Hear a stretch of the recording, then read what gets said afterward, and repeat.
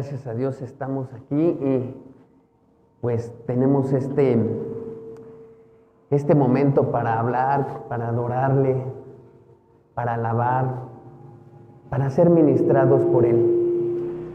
Vamos a iniciar.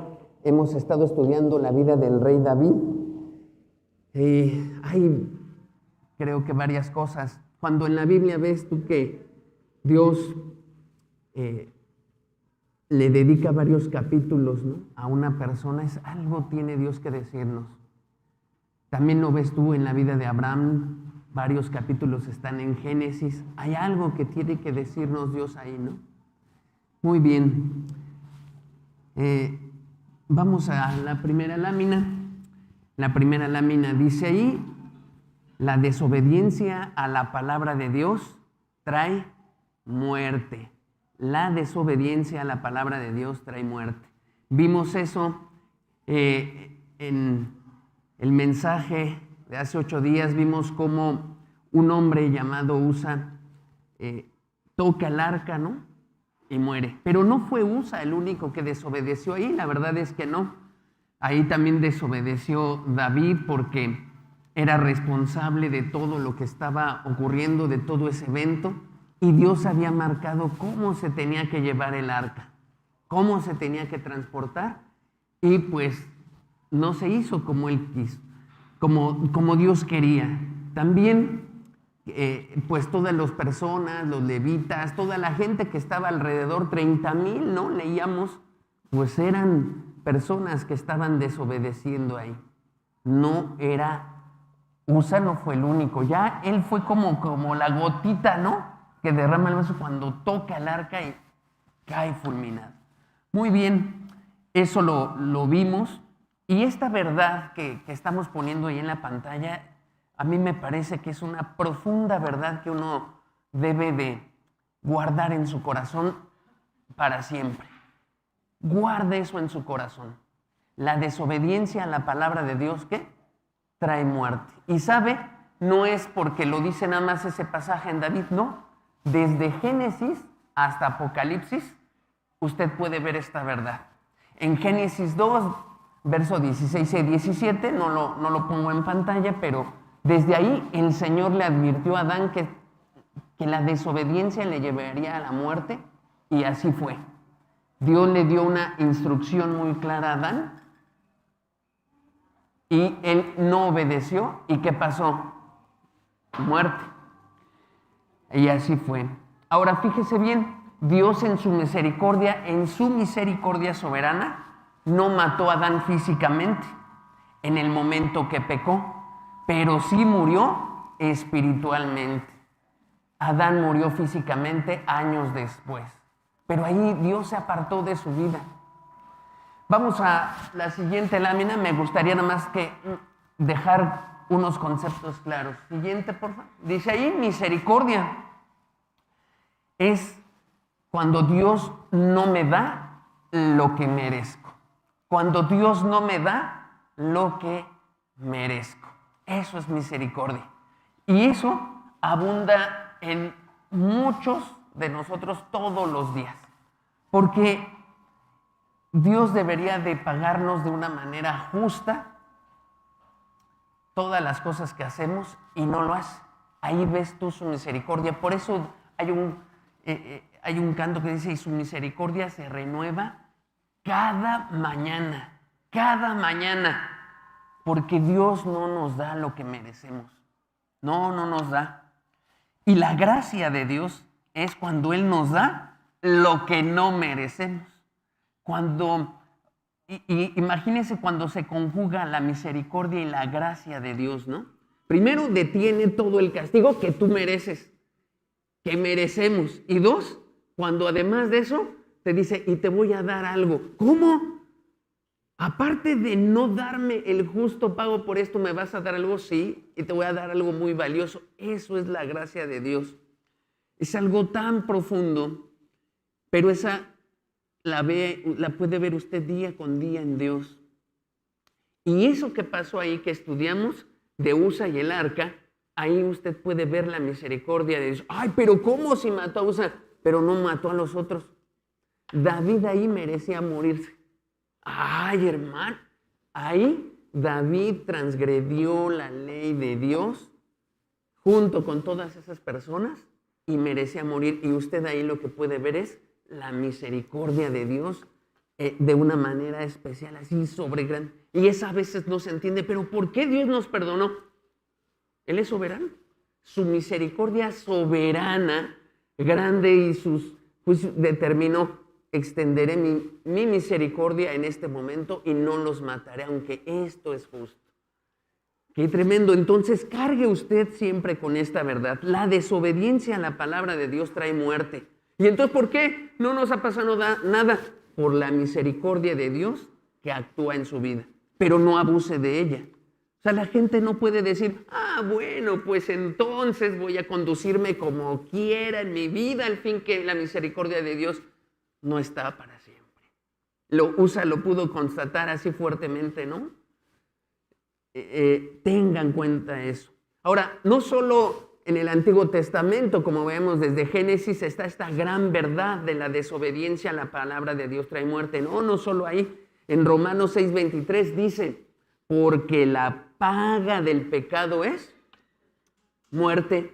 Ahí es una verdad que usted puede ver desde Génesis hasta Apocalipsis. La paga del pecado es muerte, mas la dádiva de Dios es vida eterna en Cristo Jesús, Señor nuestro. Y no se debe usted de apartar de esa verdad. Muy bien. Siguiente lámina. Otra vez ponemos la desobediencia a la palabra de Dios trae muerte. Mire, ahí como ve eso, es una ley y no falla. Si usted se avienta desde el 10º piso, imagínese que va a un edificio, se avienta desde el 10º piso, ¿qué es lo normal que va a pasar? ¿Qué es lo natural, lo lógico y el sentido común que nos diría?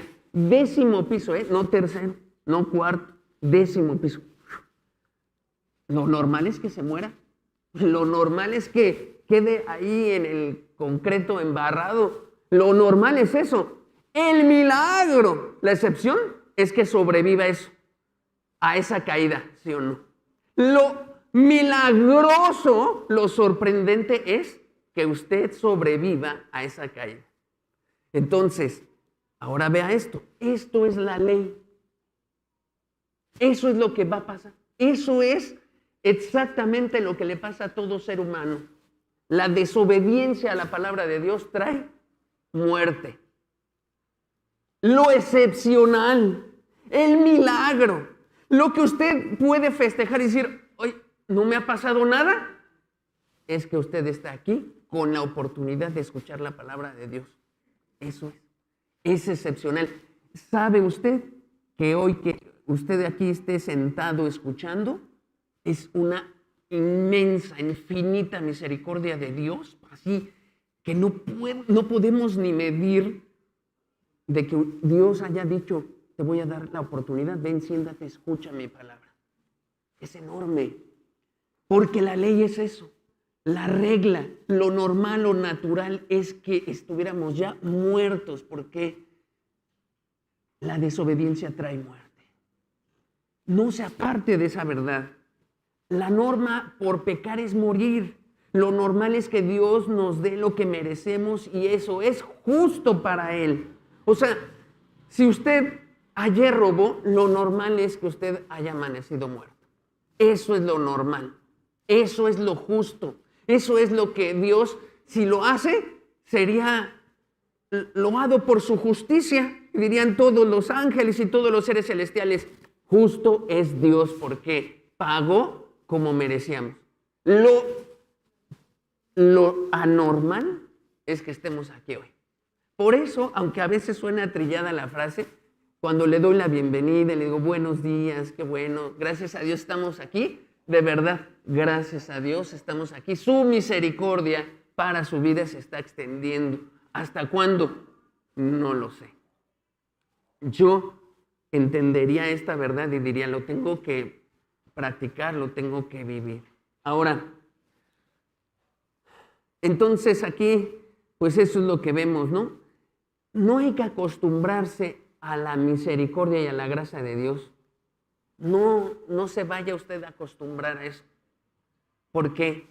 Porque cuando uno se acostumbra a eso, se le olvida el temor a Dios. Se le olvida a uno eso. Y eso es importante. Mucha gente solo piensa en que Dios es amor, misericordia, Dios es... No. Dios es santo. Aunque no le guste a mucha gente eso, aunque muchos, ¿no?, ya han abrazado pues la idea de que no, pero en Jesús tenemos, ya verán el día que Jesús regrese por segunda vez, si tratará ya con misericordia las cosas. Cuando tú te acostumbras a la misericordia y la gracia de Dios cada día y abusas de ella, se te va olvidando así el temor a Él. Se te olvida y eso queda hecho nada. Hasta que no temes a Dios. Eso le pasó a Usa, le pasó a muchos hombres en la Escritura, porque esta verdad que aquí atrapamos en este pasaje no es la única. O sea, tú puedes leer toda la Biblia y verás cómo Dios actuó con unos, con otros. A unos los consumió con fuego. Ananías y Zafira cayeron. Y muchos otros, decía Pablo, muchos otros participan de la cena del Señor en pecados y están muertos, y muchos enfermos, y ya ahí Pablo estaba diciendo, no, están jugando con Dios, con su misericordia y verdad. ¡Qué tremendo! Acuérdese de esta verdad. La desobediencia a la palabra de Dios, ¿qué? Trae muerte. Y Dios, siguiente lámina, Dios le enseñó que la desobediencia a la palabra de Dios es mortal. Se lo enseñó ahí. Mira, David, yo he tenido misericordia de ti. He tenido una grande misericordia. Te fuiste con los filisteos, hiciste esto y estuve ahí y no crees que por ser la gran cosa, David. No, es más, aunque fueras la gran cosa, mi justicia, mi santidad está primero que todo. Primero que cualquier persona, promesa, antes que eso, está todo lo que soy. Y Dios se encargó de mostrarle. Pero ahí, en ese momento de lo de Usa, ¿qué vimos nosotros? Vimos muchos de los atributos de Dios desplegarse de una manera tan especial. Y ahí es donde uno tiene que voltear y mirar. Mire, esta no es la historia de David finalmente. Le pusimos de título y ya estamos atrapándolo a usted en una persona. Pero esta es la historia de Dios. Esto que estamos hablando es la historia de cómo Dios despliega todos sus atributos, todas sus verdades, cómo es Él, quién es Él a través de una persona. Ahorita vemos al rey David y en ese momento que pasó eso de Usa, yo lo que estoy viendo es la santidad de Dios, su justicia, que la desobediencia de su palabra trae muerte, una regla y una verdad importante, pero también estoy viendo su misericordia porque no mató a todos, porque le perdonó la vida a los demás y porque esos también merecían morir, pero se quedó. Por eso David iba danzando con todo y de repente, yo creo como pasa mucho mexicano, ¿no? Se te baja el azúcar, ¿no? Pues se muere y yo creo que recordó David y dijo, ay, creo que los levitas tenían que traer esto. Y yo creo que se le vinieron a la mente algunos pasajes y por eso toma al levita Obed-Edom y le dice, ahí va a tu casa el arca. Tú eres levita, ¿no? Sí, yo creo que recordó porque pues metió el arca de momento a una casa de un levita. Así que, amigo, tiene que tener en cuenta esto. Y esto va para muchos, por ejemplo, jóvenes y personas. Jamás creas la mentira de que eso que Dios prohíbe y lo haces, no va a pasar nada. Porque mucha gente dice, yo lo hago y a ver, no pasa nada. No me ha pasado nada. Yo he mentido, yo he robado, yo he hecho esto, yo he adulterado, fornicado, he hecho todos los pecados. ¿Qué? Aquí estoy. Es una mentira pensar que no va a pasar nada. Primero, el pecado te está destruyendo, te está corrompiendo, te está endureciendo, te está dejando en tinieblas. La gente piensa que entiende más y que entiende menos. Y está más confundida. Y está cada vez más confundida porque no saben toda la consecuencia que trae el pecado. Y número 2, estás estás jugando con la misericordia y la gracia de Dios y su grande longanimidad que Él tiene hacia ti. Estás jugando. No creas esa mentira, una mentira satánica de que no pasa nada. Yo en algún tiempo creí eso cuando era joven, no conocía a Dios. Yo decía, ni me pasó nada. Y me decían, todo ese tiempo me amenazaron tanto en la religión a la que iba. Pero bendito Dios que un día puso la verdad y el temor en mi corazón. Y entonces uno como que tiene entendimiento. Ahora, el temor es hacia Dios, no hacia un hombre, un grupo, una persona. Porque luego mucha gente abusa, ¿no?, de eso. Es hacia Dios. Es hacia lo que Él ve cuando estamos en oculto, en lo secreto y en lo público. Usted tiene que tener en cuenta eso. Lo sorprendente es que Dios no mató a Usa por su pecado. Eso no es lo sorprendente. Lo sorprendente es que no mató a nadie más.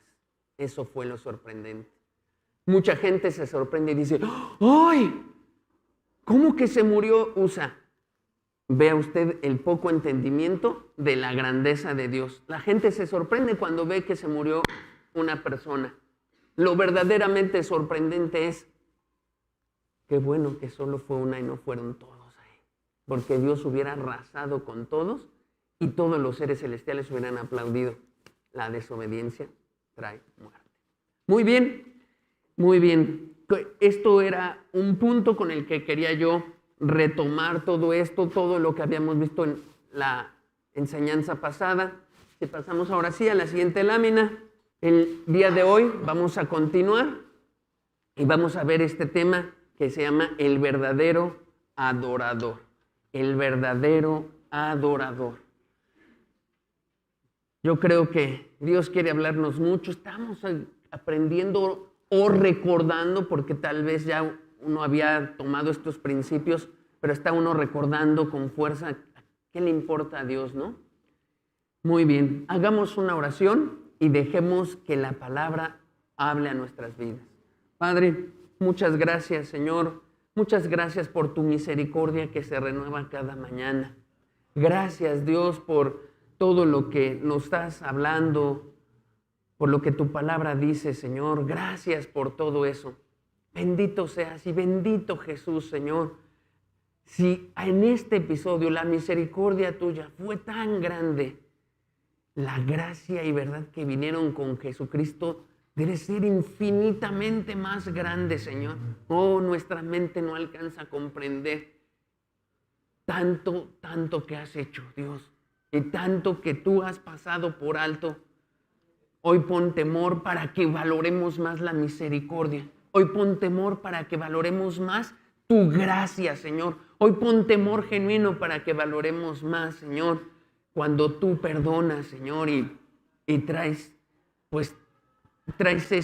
ese atributo tan hermoso tuyo, Señor. En el nombre de Jesús. Amén. Muy bien. Muy bien. Vamos a ver. Siguiente lámina, por favor. Dice Primera de Crónicas 13, del 1 al 4, dice así. Entonces David tomó consejo con los capitanes de millares y de centenas y con todos los jefes. Es un pasaje paralelo al de Samuel. Dice verso 2, y dijo David a toda la asamblea de Israel, si os parece bien y si es la voluntad de Jehová nuestro Dios, enviaremos a todas partes por nuestros hermanos que han quedado en todas las tierras de Israel y por los sacerdotes y levitas que están con ellos en sus ciudades y ejidos, para que se reúnan con nosotros y traigamos el arca de nuestro Dios a nosotros. Otra vez estamos repitiendo un poco la historia de la vez pasada, pero es que no podía dar todo en una sola sesión y hay más detalles importantes que decirle. Dice, y traigamos el arca de Dios a nosotros porque, dice, desde el tiempo de Saúl no hemos hecho caso de ella. Verso 4, y dijo toda la asamblea que se hiciese así porque la cosa parecía bien a todo el pueblo. Y ahí en esas partes que puse en grande me quiero detener. Fíjese lo que está diciendo David, no es cualquier cosa. Está diciendo, desde el tiempo de Saúl no se ha hecho caso del arca, no se ha hecho caso. Habíamos visto la vez pasada que al menos 20 años habían ocurrido desde que el arca llegó a Kiriat, ¿no? Jearim, donde estaba, y de ahí 20 años habían pasado y nadie le había tomado en cuenta hasta que David dijo, voy por ella.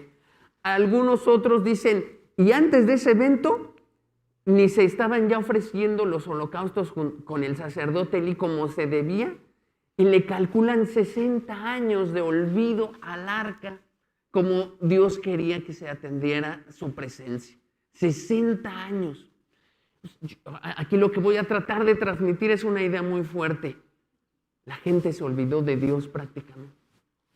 Y entonces nace en David algo que no estaba en Saúl. Porque Saúl tuvo esta oportunidad también como rey. Como rey. Por eso aquí el Espíritu Santo que inspira al que escribió Crónicas está haciendo algo muy claro. Desde el tiempo de Saúl no hemos hecho caso de ella. Saúl podía como rey traer el arca y poner la presencia de Dios otra vez, pero no lo hizo. Hay una diferencia, ¿sabe? Entre Saúl y David. Hay una diferencia, o bueno, hay muchas diferencias, pero en esta vez estamos marcando una. Un hombre tuvo el deseo de traer el arca, la presencia de Dios a su vida para adorar, y al otro no le importó, ni la mencionó. Usted puede leer toda la historia de Saúl y nunca le importó para nada decir, oigan, ¿dónde está el arca? Traigamos. No, nunca le importó al Señor. Qué tremendo, ¿no? Eso habla de una actitud. A Saúl no le importaba el arca, porque no le importaba adorar a Dios, porque no le importaba someterse a Dios. Esa era la verdad. A David sí le importaba adorar, porque a él sí le importaba someterse a Dios. Y aquí viene la primera pregunta. ¿Tú anhelas someterte a Dios y a su palabra?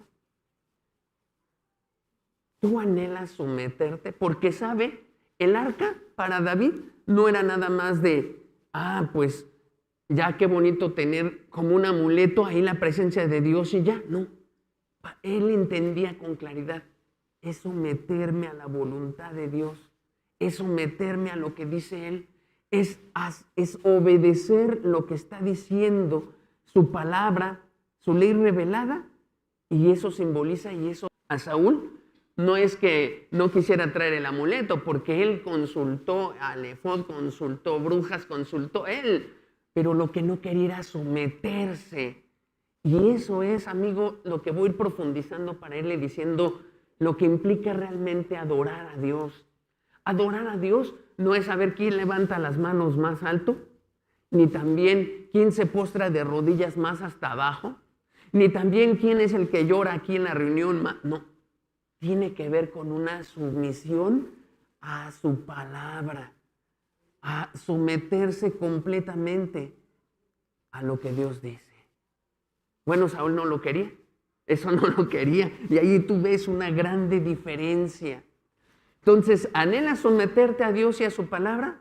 ¿O eres como Saúl, que le importa poco el arca y que solo quería hacer su voluntad? Ahí tenemos que analizarnos y ser transparentes. Fíjate que un paso bueno para que una persona empiece a caminar en dirección a la salvación, ¿sabe cuál es?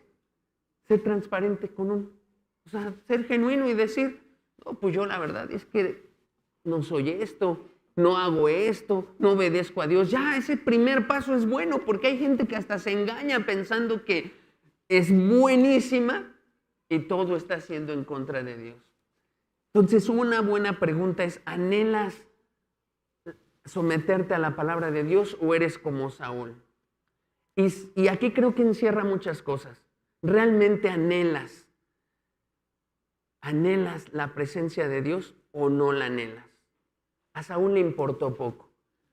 Ahora ya vimos que hoy en día la presencia de Dios no está en un arca, sino a través de cuando viene a morar el Espíritu Santo a nuestras vidas, porque nos ha perdonado y hace una morada aquí. Y también, como dijo Jesús, donde dos o más, ¿no? se reúnen en mi nombre, ahí estoy yo. Y ahí es un análisis donde uno tiene que hacer, ¿realmente valoro yo la presencia de Dios o me importa poco? Mire, ¿qué es un verdadero adorador? Una persona que valora, que disfruta una reunión como esta. No por el predicador, sino por lo que anhela de Dios. Porque dice, yo tengo hambre, yo quiero que Dios me hable, yo quiero... ¿Y sabe qué hace? Llega temprano. Perdone si les voy a dar una pedrada fuerte, pero llega temprano porque valora la presencia de Dios, la valora, la estima en alto, porque sabe lo especial, porque sabe que su espíritu desciende. Yo no sé ustedes, pero yo disfruté la alabanza hoy y sé que Dios me habló y que ahí estaba. Y había unos cantos muy especiales que vamos a tocar en la enseñanza que sigue. Jesús, la raíz de David.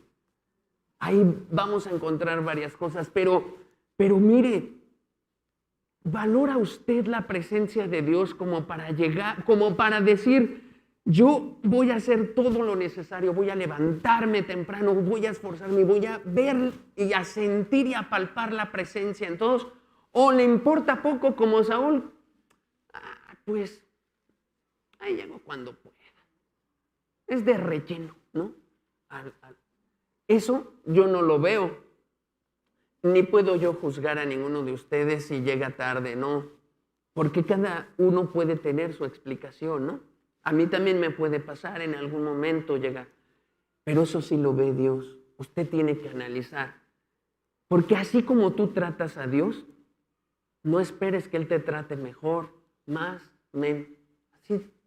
Así Dios te va. Así como tratas tú su palabra y la respetas, así Dios te va a tratar y te va a valorar. Y yo he visto, ¿sabe? Cuando una persona se empieza a comprometer, cuando una persona se esfuerza. Yo he visto gente que a pesar de los problemas, de las situaciones, se compromete con Dios, no con un grupo, no con una congregación, con Dios. Y entonces viene y es constante y está ahí buscando a Dios. Yo veo cómo su vida empieza rápido a salir adelante, empieza a entender cosas que casi nadie entiende, empieza a decir, pero esto está mal, pero tengo que hacer esto, tengo que restituir en mi vida, tengo que cambiar, dañé a mis hijos. Y no hemos hablado nada de la familia, pero la gente empieza a entender. ¿Por qué? Porque Dios empieza a decir, a este le importo, a este sí me estima, sí me ama, sí quiere buscarme, le voy a dar de mi espíritu para que entienda, para que avance espiritualmente. Y viene, y de verdad es Dios el que va poniendo a la vida de la persona de otra manera. Pero también he visto personas estancarse meses y años y años y años. ¿Por qué? Porque solo Dios sabe lo que en su corazón deciden, lo poco que lo valoran, lo poco que lo estiman, lo mucho que se parecen a Saúl en cuestión de buscar que la presencia de Dios esté en sus vidas. Eso es tremendo. Tú busca a Dios sin que nadie te obligue, te presione. Verás que no necesitas que yo esté aquí hablando cada 8 días. Verás que Él te va a hablar en su palabra. Verás que Él te va a alentar, te va a animar, te va a empujar y vas a estar así, ¿no? De que te brillen las cosas. Y, ojo, para aquel que de veras se entrega a Dios no necesita de una predicación para salvarse. No necesita. El Espíritu Santo hace eso aquí, allá, en tu casa, en la calle. Él es el que salva. Pero ¿qué tanto buscamos a Dios? ¿Qué tanto lo valoramos? ¿Qué tanto de veras queremos someternos a su palabra? Recordemos que el arca representaba esa presencia del Señor y que el arca es la parte más importante de la adoración de Israel al Señor. Eso es importante. Cuando David quiso traer el arca a Jerusalén, lo que estaba declarando es: Jesús es mi rey soberano. Jesús es el rey de aquí. Jesús es el rey que debería de dirigir y no yo. Es el arca en la que va a traer vida. Era un momento muy, muy especial. Muy bien, sigamos. Siguiente lámina, porfa. Entonces, ya habíamos visto que de Jerusalén salió para Kiriat Jearim y sucedió lo de Usa, se paró todo en seco y se regresaron a su casa y el arca quedó en la casa de Obed-Edom, ¿no? Entonces, una vez más va a intentar, porque se da cuenta David cuál fue el error. Y también se da cuenta de la misericordia tan grande de Dios de que no los mató. Y entonces, ¿qué dice? De Jerusalén a la casa de Obed-Edom a traer el arca de Jerusalén. Y otro acontecimiento es la forma como David expresaba su gozo, desagradó a Mical. Muy bien. Segunda de Samuel 6:12 al 15 dice: fue dado aviso al rey David diciendo: Jehová ha bendecido la casa de Obed-Edom y todo lo que tiene a causa del arca de Dios. Entonces David fue y llevó con alegría el arca de Dios de casa de Obed-Edom a la ciudad de David. Y cuando los que llevaban el arca de Dios habían andado 6 pasos, él sacrificó un buey y un carnero engordado. Fíjate que en esa parte de que sacrifica, la Biblia no dice por qué hizo eso, porque no es un mandato que Dios haya dejado en la escritura de 6 pasos y sacrificas cuando se lleve el arca. No lo dejó. Tampoco usurpó David como, pues me siento sumo sacerdote y yo voy a hacer esto. Tampoco hizo eso. Parece que lo probable es que hizo esos sacrificios en el camino, probablemente lo hizo para agradecerle a Dios que no nos habías matado, que tú nos habías concedido de tu misericordia. Era como ir recordando, avanzas con el arca y decirle: muchas gracias, Dios. Qué tremendo fui. Y cómo puse en riesgo a todo el pueblo ¿por qué? Por no querer obedecer tu palabra. Parece que fue eso lo que le llevó a estar sacrificando en señal de gratitud a Dios. Señal de gratitud. Porque en este momento ya David seguro exploró la ley, vio todo, puso a los levitas y a toda gente y ya le dijeron: así deben de hacerse, David. Pero él agregó una cosa más, probablemente por esa inmensa gratitud. También que vemos, pues ya no hay carruaje, el arca se transporta como Dios había indicado. Y bueno, verso 14, y David danzaba con toda su fuerza delante de Jehová. Y estaba David vestido con un efod de lino. Verso 15, y así David y toda la casa de Israel conducían el arca de Jehová con júbilo y sonido de trompeta. Entonces aquí vemos a un David que está muy, muy gozoso. Este momento es monumental. David y el pueblo están reconociendo que Dios es su rey. Bueno, a lo mejor es un poco burdo la comparación, pero para que usted pueda entender el momento voy a hacer esta comparativa. En México nunca se ha ganado un mundial de fútbol. Los mexicanos no, pero ¿puede imaginar si en el 2026 México gana un mundial de fútbol? Que lo gane, que gane el mundial. Las calles se van a paralizar. En muchos lugares van a explotar, ¿no? De alegría. Mucho seguramente se oirá en las casas, ¿no? Cuando sea el partido de final, el gol, aunque tú no veas los partidos, seguro lo vas a oír porque la gente se apasiona.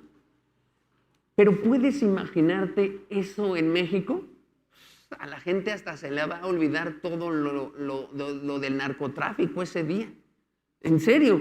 ¿Por qué? Por la pasión, por todo lo que envuelve, ¿no? Todo ese momento y como la gente, la mayoría en México, se puede apasionar. Y además, nunca, algo más grande estaba pasando aquí. Algo más grande estaba pasando. Después de años de que el arca se había olvidado, estaba llegando a un momento especial. Después de que había sido hasta arrebatada por mano de los filisteos, de que el pueblo estaba hundido.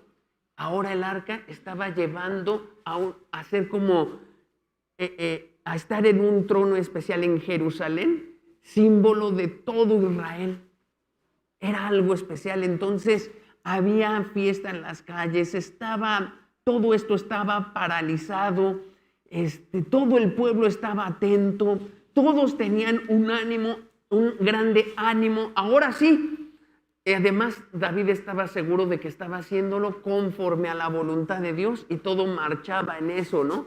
Entonces la confianza, la danza, todo estaba bien, muy bien. ¿Qué más? Aquí me voy a detener un poquito para decir algunas cosas importantes. ¿Por qué no danzamos hoy en día cuando alabamos a Dios?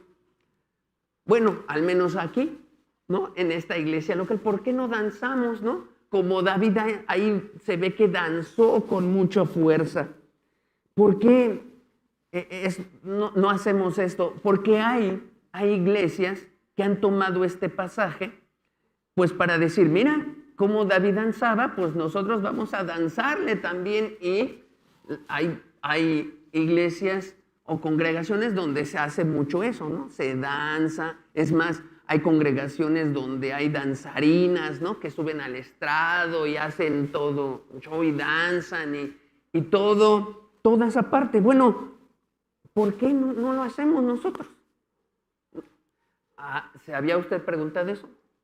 Aquí nada más debemos aplaudir y ya. ¿O cómo está eso, hermano? ¿O por qué no se puede hacer? ¿Por qué no podemos danzar? ¿O sí se vale o no se vale danzar? Bueno, ahí me quiero detener un poquito en esa parte. Número uno, yo lo que quiero decirle es que este texto es un texto narrativo. Fíjese que es algo que vamos a tratar de empujar mucho en la iglesia. ¿Qué? De veras analizar la Biblia y a estudiarla. Este es un texto narrativo, donde nos está narrando algo.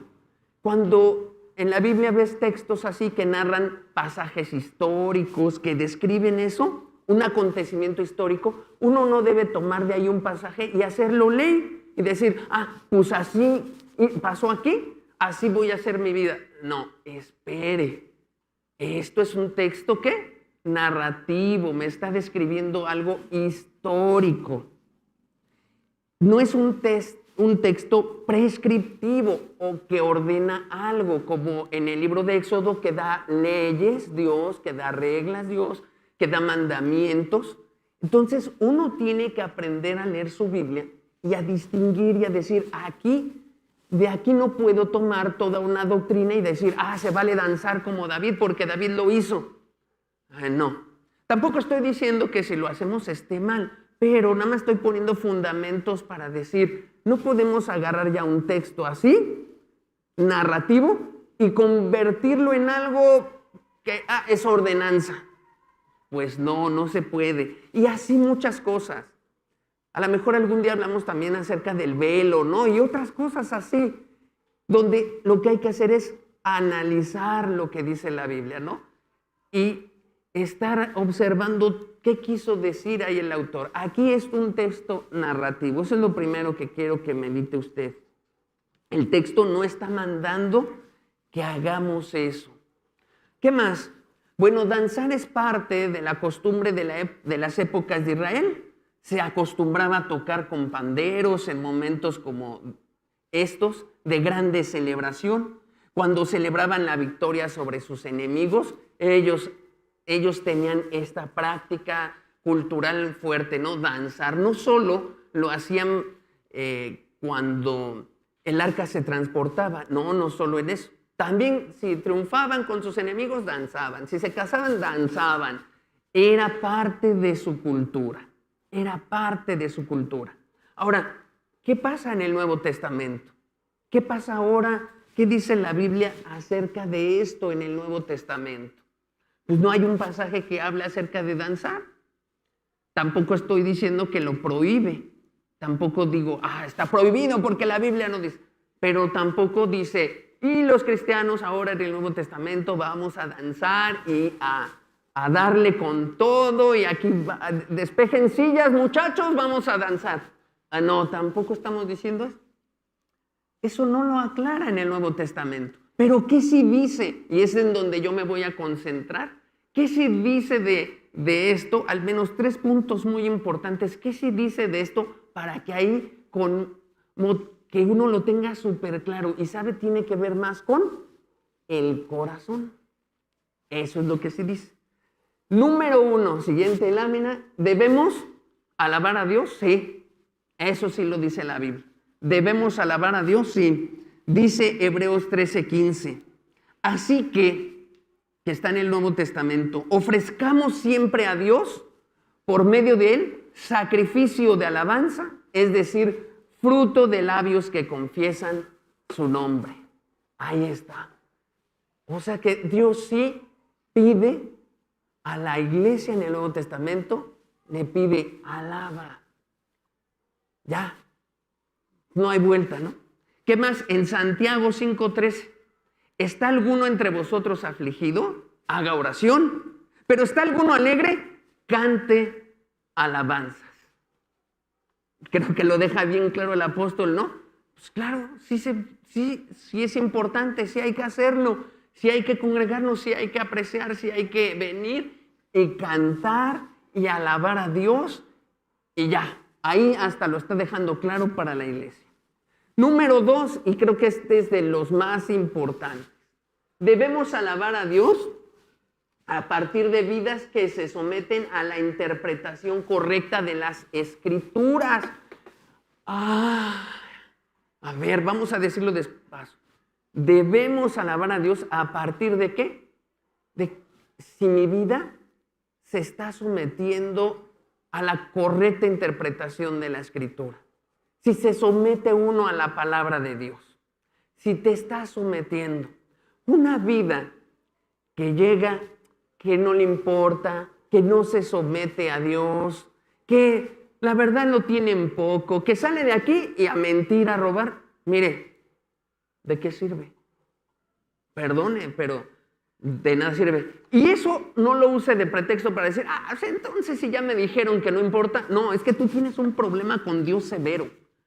Porque por un lado lo estás menospreciando y por otro no tomas la decisión correcta para ya someterte a su palabra, llevar una vida de fe y caminar con Él y poderle alabar a Él como le agrada.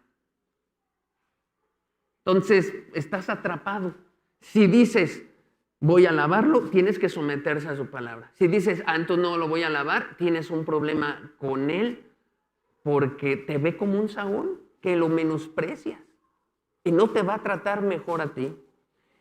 Muy bien, entonces debemos de alabar a Dios a partir de una vida que sí se somete a la palabra. Ahora, yo le agregué ahí a una correcta interpretación de la Escritura, porque hoy en día hay tanta gente que toma pasajes y que hace un show de todo esto de alabar a Dios. Por eso le puse, y que se somete su vida a una correcta interpretación de la palabra.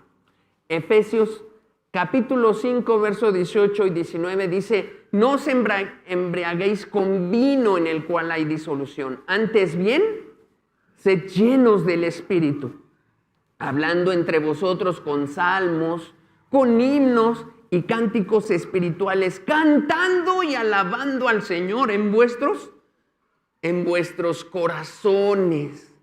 Mire, la alabanza debe de fluir de una vida controlada por la palabra de Dios. Porque hoy en día hay muchos lugares donde la gente hasta se sacude, ¿no? Se tira al piso, hace tantas cosas y dicen, es que fue controlado por el Espíritu. ¿Qué son esas cosas? Perdone, pero eso no es lo que dice la Biblia. Mire, por eso el texto dice, no os embriaguéis con vino, donde uno pierde el dominio propio de las cosas. No dice Pablo, no pierdas el dominio propio. Aquí, ser lleno del Espíritu va a implicar un control de la palabra de Dios en tu vida. Total. Lo que te dice Dios que debes hacer, así.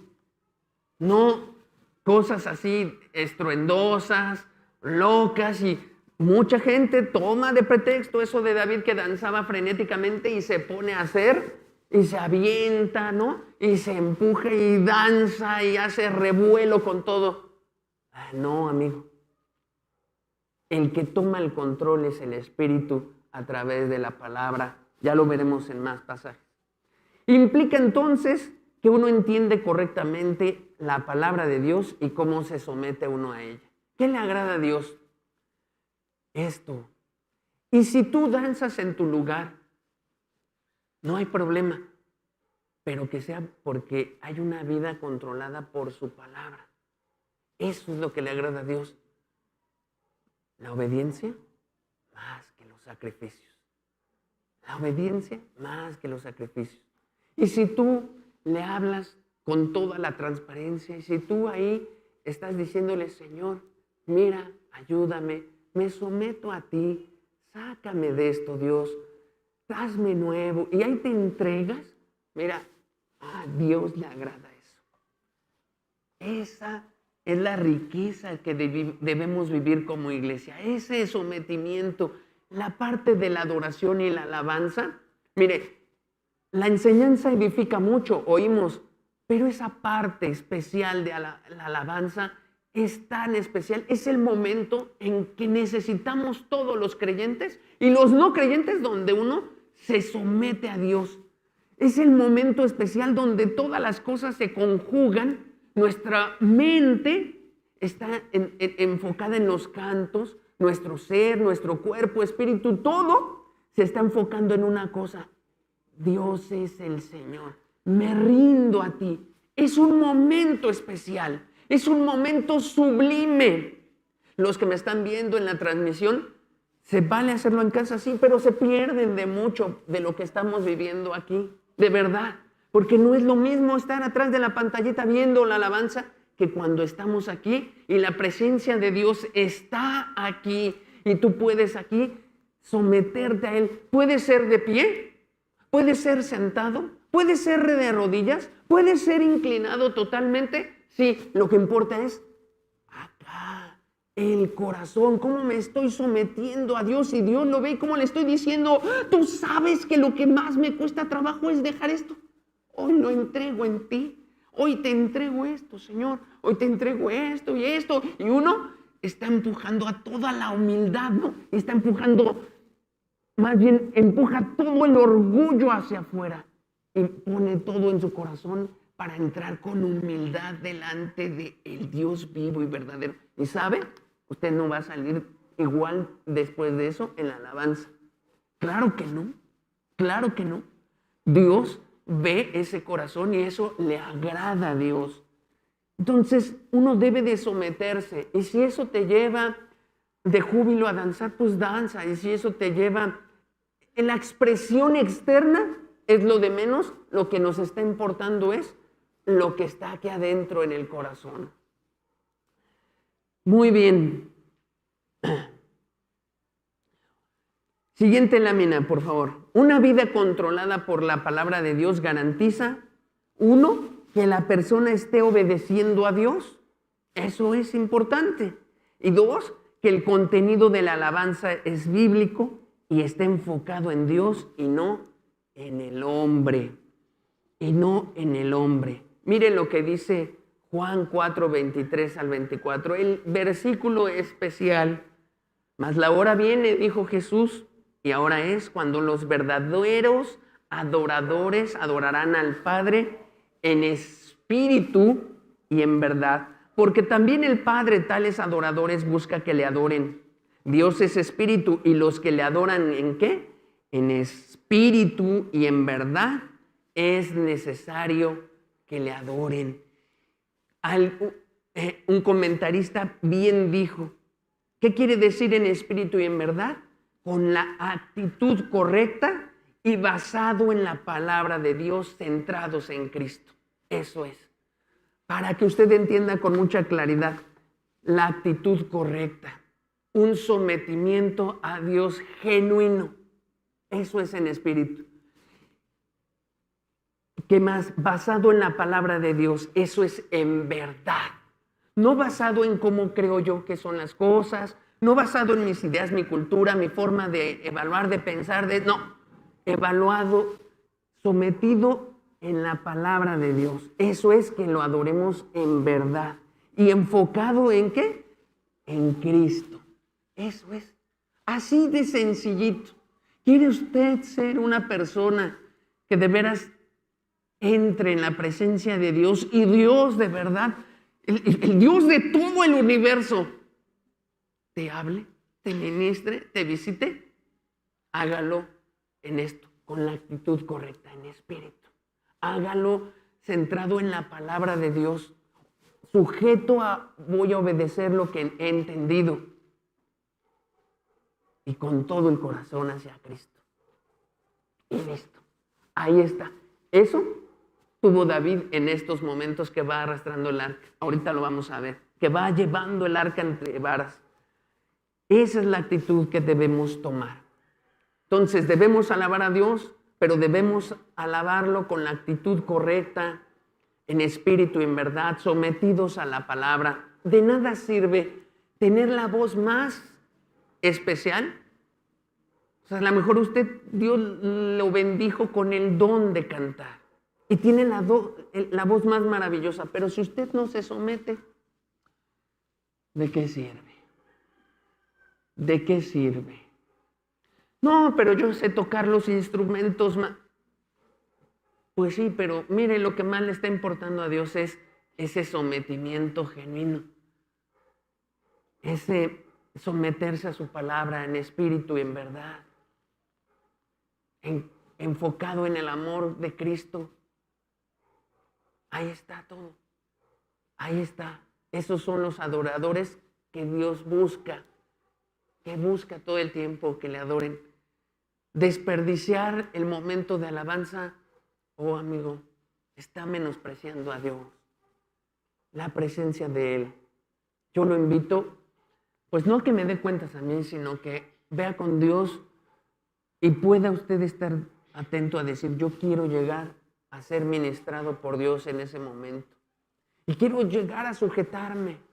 Y si no me he sujetado, pedirle de su ayuda, pero yo quiero tener un encuentro con Dios. No solo es lo que hablamos en el momento de la predicación, desde la alabanza está esto especial. Y punto 3, importante para un adorador. Hay que hacerlo sin llamar la atención a nosotros mismos. Debemos alabar a Dios sin el motivo, sin la intención, sin el objetivo de llamar la atención de nosotros.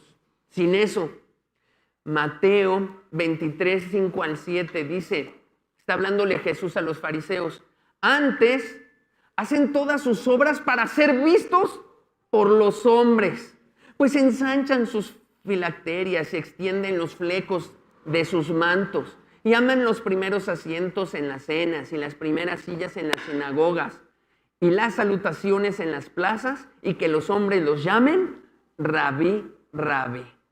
¿Qué hacían estos hombres? Hacían todas sus obras para ser vistos por los hombres. Cuando usted alabe a Dios, no lo haga para ser visto por los demás. No lo haga como en un tono. Si usted se va a arrodillar, hágalo solo para el Rey de Reyes, nada más. Si usted va a someterse, si usted quiere buscar a Dios, si usted quiere hablar con Él, hágalo para Él nada más, no para buscar. Y ahí nos da un principio importante para discernir entre muchas cosas hoy que andan en internet sobre alabanza. Vea, analice usted si a todos esos cantantes que anda oyendo, ¿qué buscan? ¿La gloria de Dios o la gloria de ellos?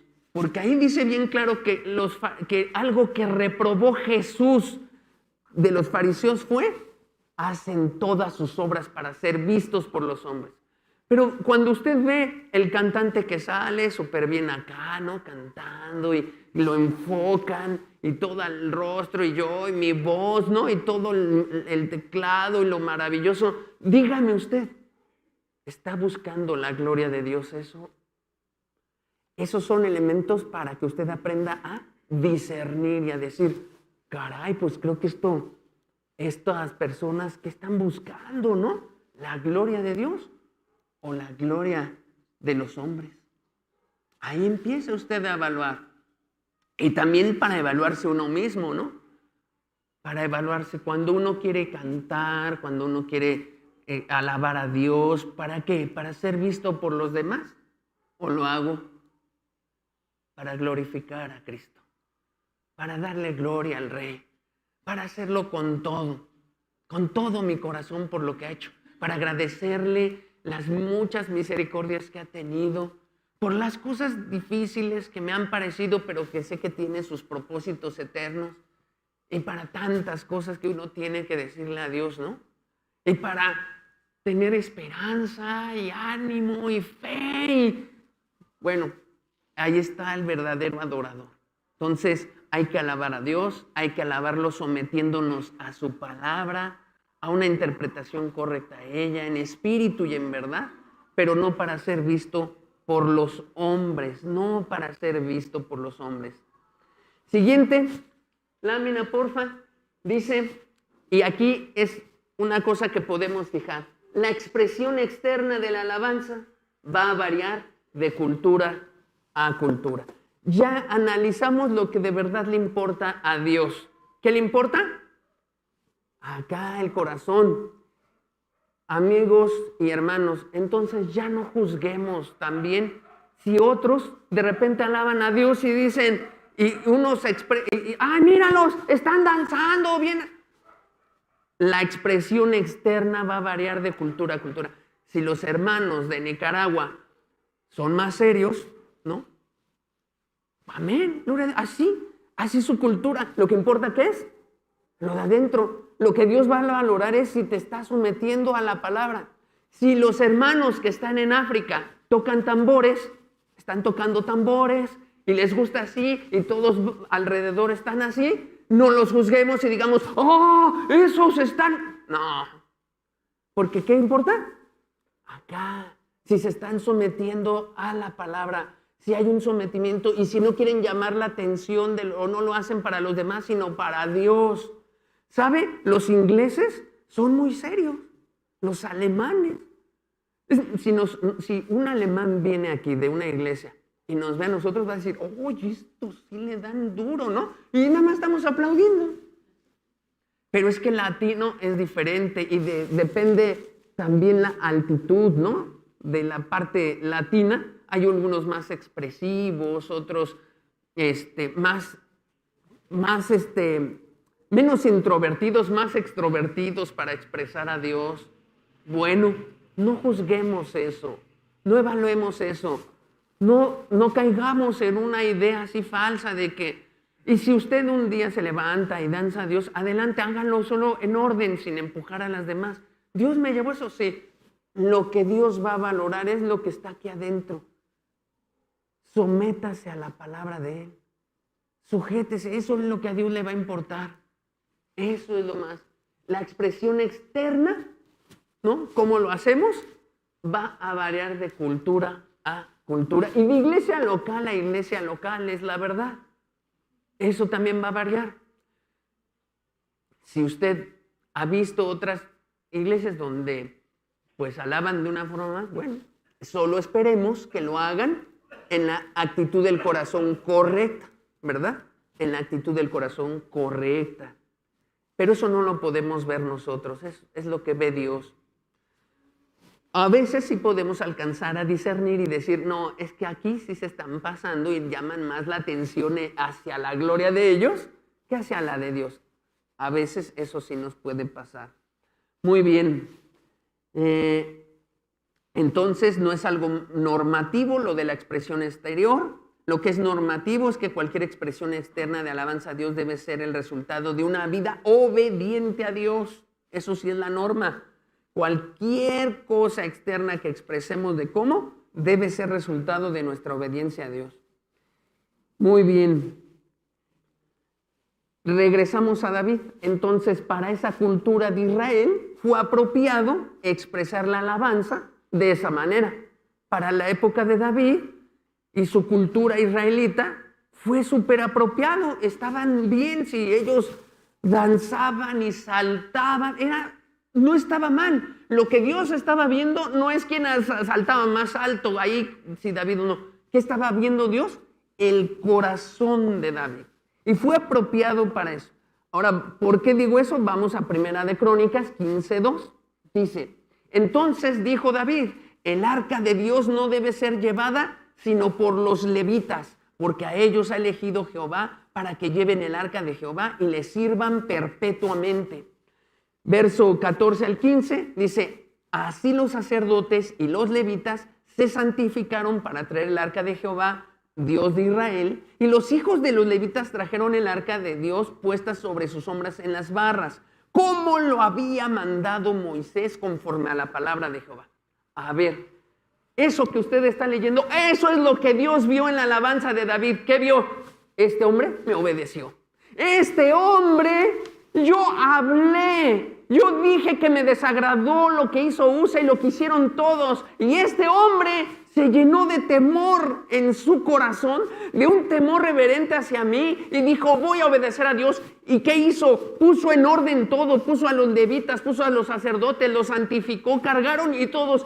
Entonces, Dios lo que miró fue, aquí hay un fruto de consagración y de obediencia hacia mí. Esta es la alabanza que a mí me agrada. Amén. ¿Sí se da cuenta? Eso es lo que le agrada. No, Dios no vio quién saltaba más alto, quién saltaba más, o si David giraba más rápido que otros. No, que es algo a lo que muchas personas le han puesto énfasis. No, aquí lo que Dios vio fue, este hombre tembló a mis palabras. Hizo lo que a mí me gustaba y ya. Ahora se dice fácil, pero le digo algo, mucha gente le expones la palabra, entiende lo que debe de hacer y no es como David, que llega a su casa y dice, se acabó, voy a ordenar mi casa, debo de perdonar, debo de amar, debo de esto, ya me debo de olvidar de este rencor, debo de ordenar esto en mi vida, se acabó. Dios, yo sí te quiero seguir, Señor, se acabó con esto. Y al siguiente día, mire, Dios dice, esa alabanza me agrada. Pero ¿cuántos hacen eso? Antes bien, Dios les dice lo correcto, llegan a sus casas, ya, hasta se me olvidó. Eso no es temer a Dios. Eso no está llevando tampoco a una alabanza que le agrade a Él. Ni le agrada ni nada, porque a Él le agrada una alabanza que se somete a su palabra, su palabra.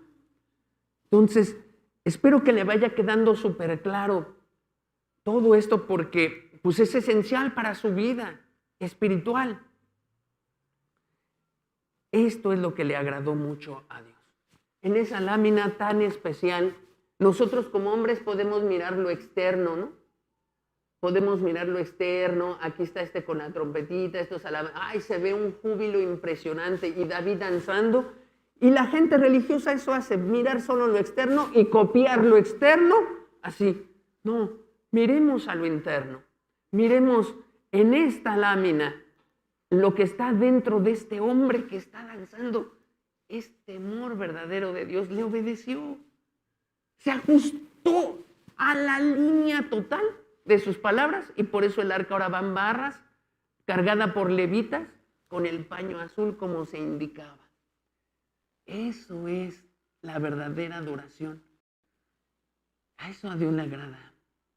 Sométase a Él, entréguele su vida a lo que Dios demanda en su palabra. Verá cómo se agrada de usted, cómo es un sacrificio de olor grato para Él, cómo Dios se regocija. Y no sé, a lo mejor ha de mirar, has visto a mi siervo Ponchito, ¿no? No sé, se me ocurre, ¿has visto a mi siervo Ponchito? Mira, me agrada, se sujeta a lo que yo digo. ¿Has visto a mi sierva Anaí? ¿Has visto, no sé, cualquier nombre que se le ocurra, su nombre? ¿Lo has visto? Me agrada. No, su canto entonado. Lo que yo dije, le importó. Lo que yo dije, le importó. Eso es lo que está manifestando ahí David. Un corazón que sí quería agradar a Dios. Híjole, eso es lo que está trayendo una cosa enorme aquí. Muy bien.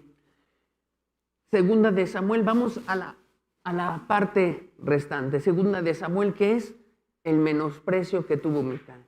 Segunda de Samuel 6, versículo 16 al 19, dice, cuando el arca de Jehová llegó a la ciudad de David, aconteció que Mical, hija de Saúl, miró desde una ventana y vio al rey David que saltaba y danzaba, otra vez mirando lo externo, delante de Jehová, y le menospreció en su corazón.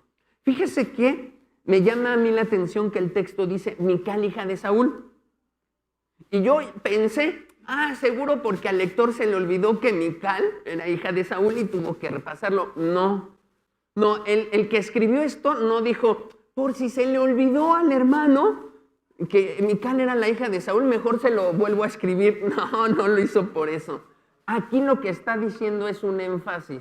Está haciendo un énfasis demasiado fuerte. Lo que está diciendo es Mical, hija de ese hombre que no le importó la presencia de Dios, hija de ese hombre que menospreció la alabanza de Dios, hija de ese hombre que le vale las cosas de Dios, que no le importa, que los tiene en poco, que los menosprecia, que no.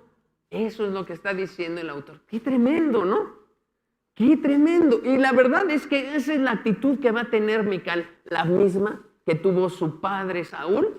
Es la misma actitud, una actitud de menosprecio. Porque Mical ni siquiera está preguntando por el arca, o está diciendo, oye David, qué bueno que trajiste el arca, mi padre lo hubiera traído. No, lo primero que vio fue lo externo y, como el rey, ¿cómo se rebaja a hacer esto? No estaba mirando lo profundo y el momento espiritual que estaba pasando, porque no había eso, porque igual como Saúl su padre, no valoraban lo espiritual, no valoraban lo que significa la presencia de Dios, no les importaba. Y amigo que me está oyendo, eso es lo que usted tiene que analizar o llevarse de esta enseñanza. Usted está valorando la presencia de Dios y valora su palabra y valora el mensaje y valora la alabanza y valora, o la está menospreciando con sus actitudes, con su forma, con llegar tarde, con no importarme, con la forma en que pongo atención a las cosas. ¿Cómo lo está haciendo? Ahora, no es mi regaño, es la advertencia o mi deber de decirle esto para que su vida dé un giro. Porque la misericordia de Dios ya lo trajo hasta aquí. Y yo lo que estoy pensando es que hoy Dios no lo va a fulminar aquí saliendo del salón. Lo que estoy pensando es que Dios le está diciendo, cambia. Esto ni te bendice a ti, ni te va a ayudar. Cambia para que tú seas ministrado y mi presencia esté en tu vida. Eso es lo que está haciendo Dios. Entonces, ve aquí la actitud de esta hija de Saúl.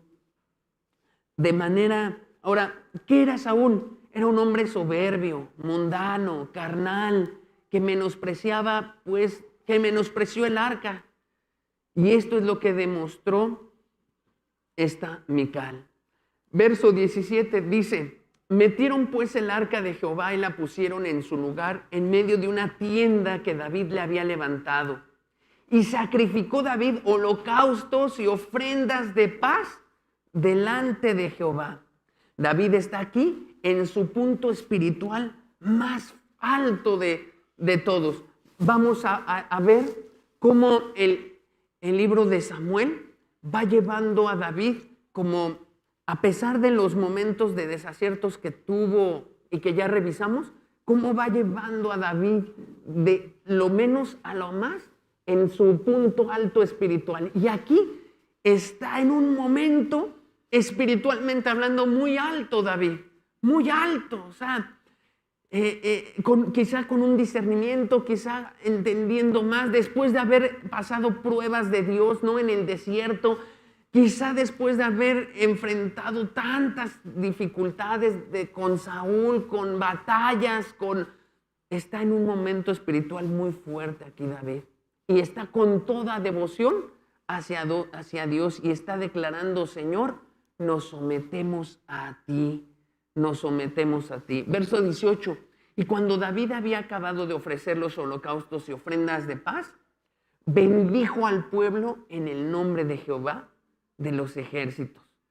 No sabemos si él lo bendijo por su propia voz o le pidió a los levitas que hicieran la oración sacerdotal que marca Deuteronomio, el Señor te bendiga y te guarde. No sabemos, pero David hizo algo, bendigan al pueblo. Estaba en su momento espiritual más alto, en donde la presencia de Dios estaba de una manera pero fuertísima en la vida de David. Y no era tanto por si danzaba muy alto, por lo que estaba en su corazón. Un hombre que entendió: toda mi confianza es Dios, pero también todo mi sometimiento es hacia Dios. Donde el temor estaba equilibrado con su amor, pero estaban esas dos cosas. Estaba en un discernimiento espiritual muy profundo David ahí. Y verso 19 dice: y repartió a todo el pueblo y a toda la multitud de Israel, así a hombres como a mujeres, a cada uno un pan, un pedazo de carne y una torta de pasas. Y se fue todo el pueblo, cada uno a su casa. O sea que David no se quedó en una bendición nada más de palabras, sino era tal la gratitud que había en su corazón, tal gratitud,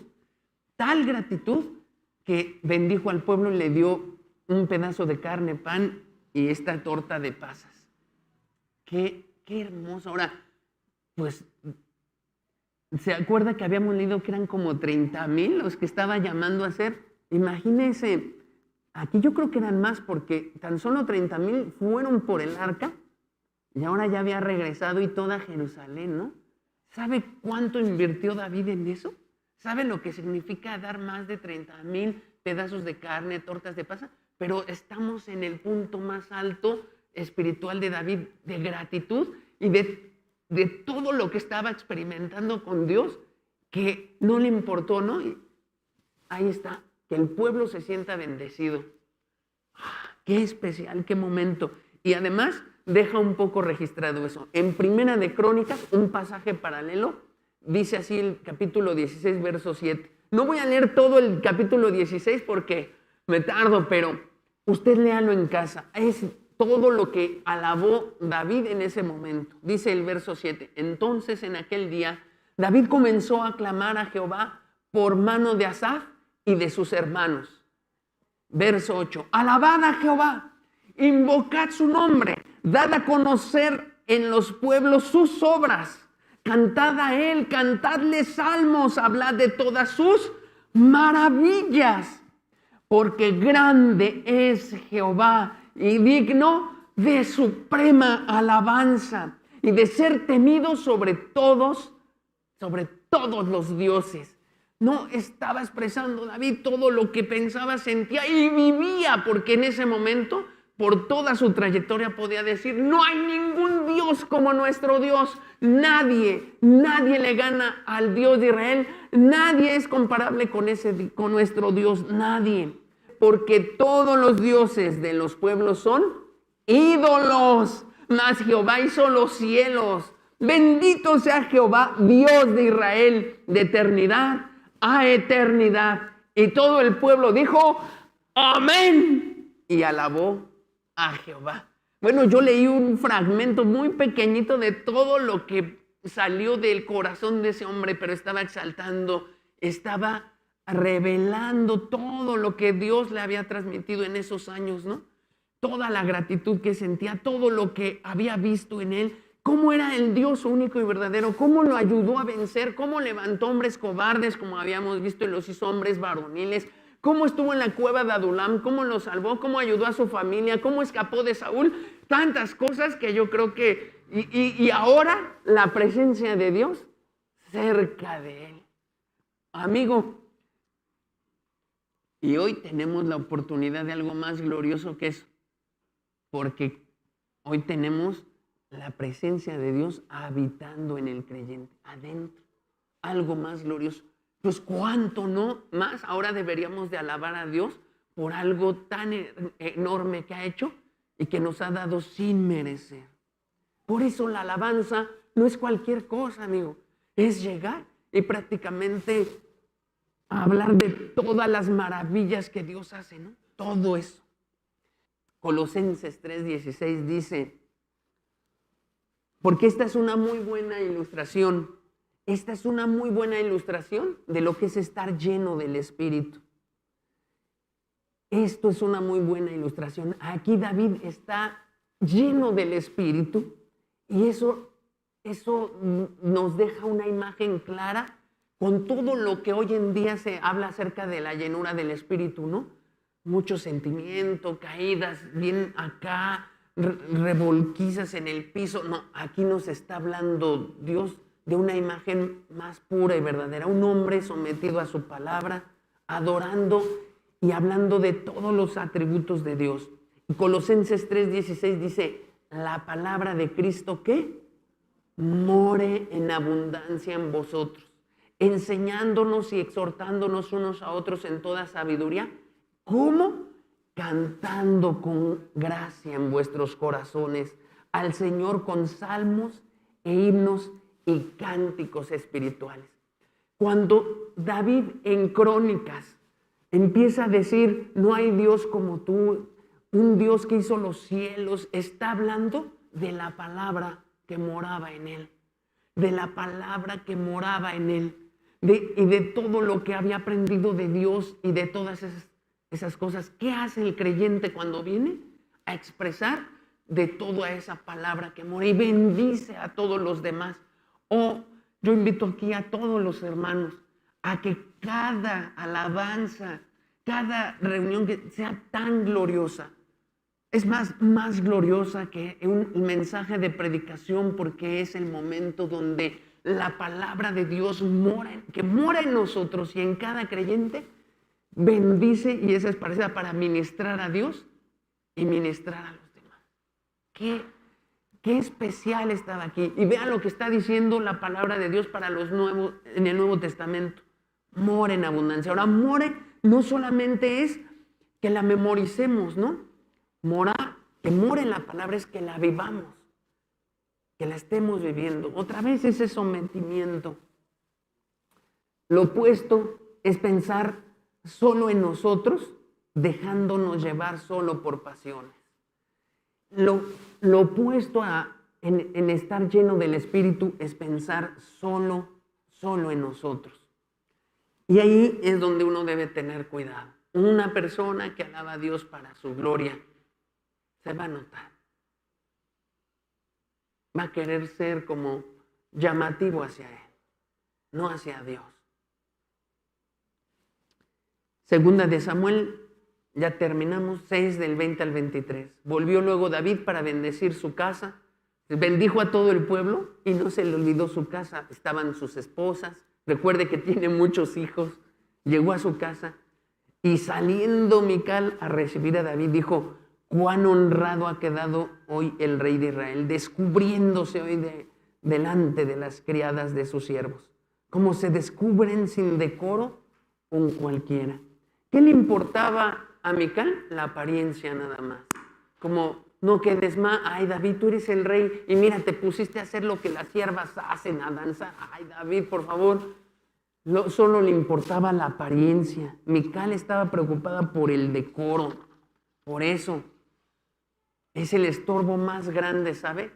Para adorar al Señor. Pero lo que más tenía esta Mical en su corazón era lo de su padre Saúl. Soberbia. No se puede adorar a Dios si hay algo de soberbia en nuestro corazón. Tiene que haber completa rendición y humildad. Una humildad grande. A mí me encanta mucho ese canto que dice, entra en la presencia del Señor.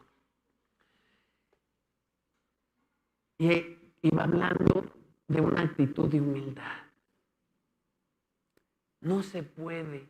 Lo que más le estorba al ser humano para entrar en la alabanza. Por eso la gente se aburre y dice, no me gusta la alabanza, es un relleno. Por su soberbia, por orgulloso, porque te sientes más que Dios. Pero el día que tú mismo desnudes tu corazón y digas, Dios, ¿quién soy? ¿Quién soy? Y te enfrentes a tu Creador, mira, empezarás a disfrutar la alabanza de una manera tan especial. El estorbo más grande para adorar a Dios es la soberbia.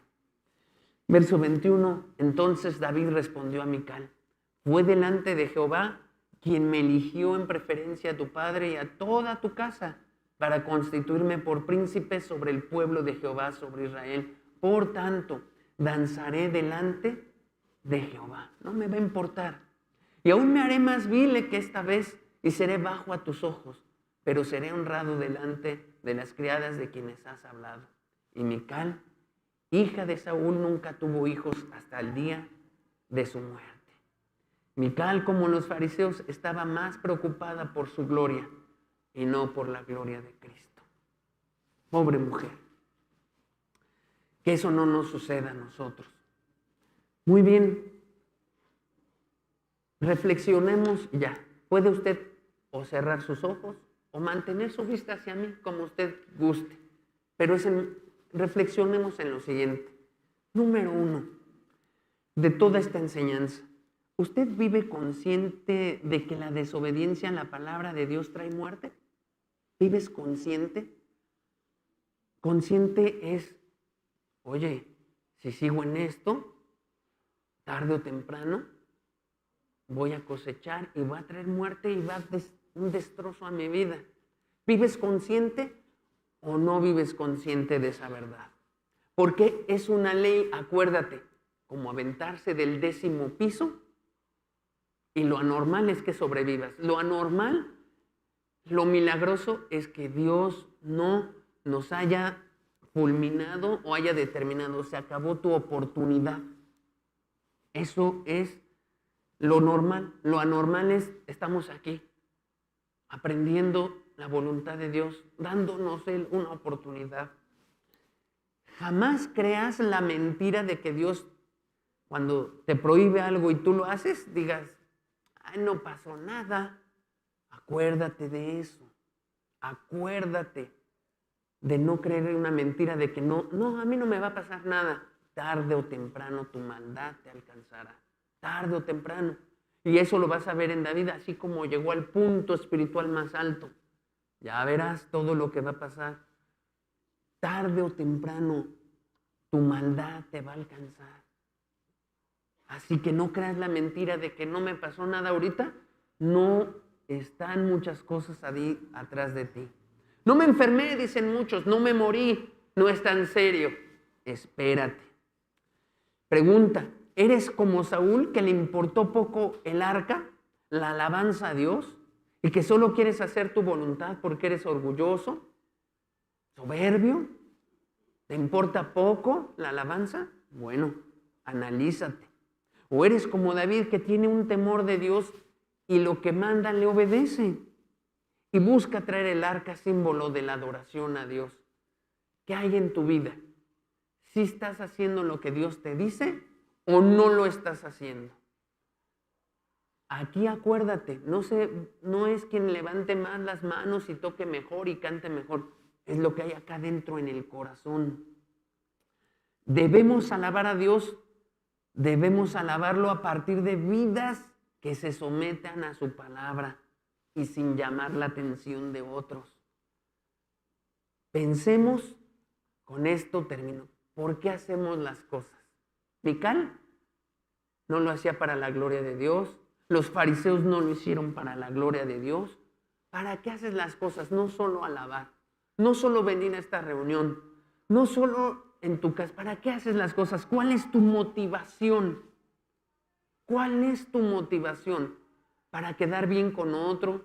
¿Para quedar bien con otra? ¿Para ganar una cosa? ¿Para ganar un puesto? ¿Para ganar? Mira, aún los que somos padres, a veces, cuando los hijos desobedecen, nos entristecemos, pero no porque deshonran a Dios, sino porque nos vemos terribles frente a las personas y amenazamos a los hijos y les decimos, me la vas a pagar, me humillaste, en la casa nos vemos. Esa no es la motivación correcta. Un padre siempre debe de disciplinar a su hijo ¿con qué motivación? La honra a Dios. Pero muchos tienen motivaciones incorrectas, no la gloria de Dios, y muchos es, me avergonzaste, y ahora sí me las pagas, me las pagas. Y no solo con los hijos, sino ese tipo de cosas, con la esposa, en el trabajo. ¿Cuál es tu motivación? Porque aquí vemos a un hombre, David, con la motivación más grande. solo la entrega a Dios y a su palabra, pero también vimos a Saúl que su motivación era su propia gloria. Amén. Demos gracias a Dios y terminemos la reunión. Padre, muchas gracias, Señor, por este mensaje. Gracias por tu palabra. Gracias por todo lo que has puesto, Señor. Gracias por cada vida. Ayúdanos, Señor, a hacer tu voluntad, a adorarte, Señor, a alabar tu nombre como a ti te agrada, a experimentar más de tu presencia, Señor Jesús, a experimentar más de tu presencia. Llena de algo muy espiritual cada alabanza, Señor. Te pido una bendición especial para las hermanas de la alabanza, para cuando están ministrando, cuando están ahí, cuando están viendo los cantos, Señor, porque no es cualquier cosa. Estamos trayendo tu presencia y te pido una bendición especial para la iglesia, para que con un corazón como te agrade, more la palabra en nosotros con cánticos, salmos, himnos, y esta iglesia sea mucho más edificada. Oh Dios, lo digo así bajito, porque sé que tú me escuchas, no porque grite, sino por el nombre de Cristo Jesús.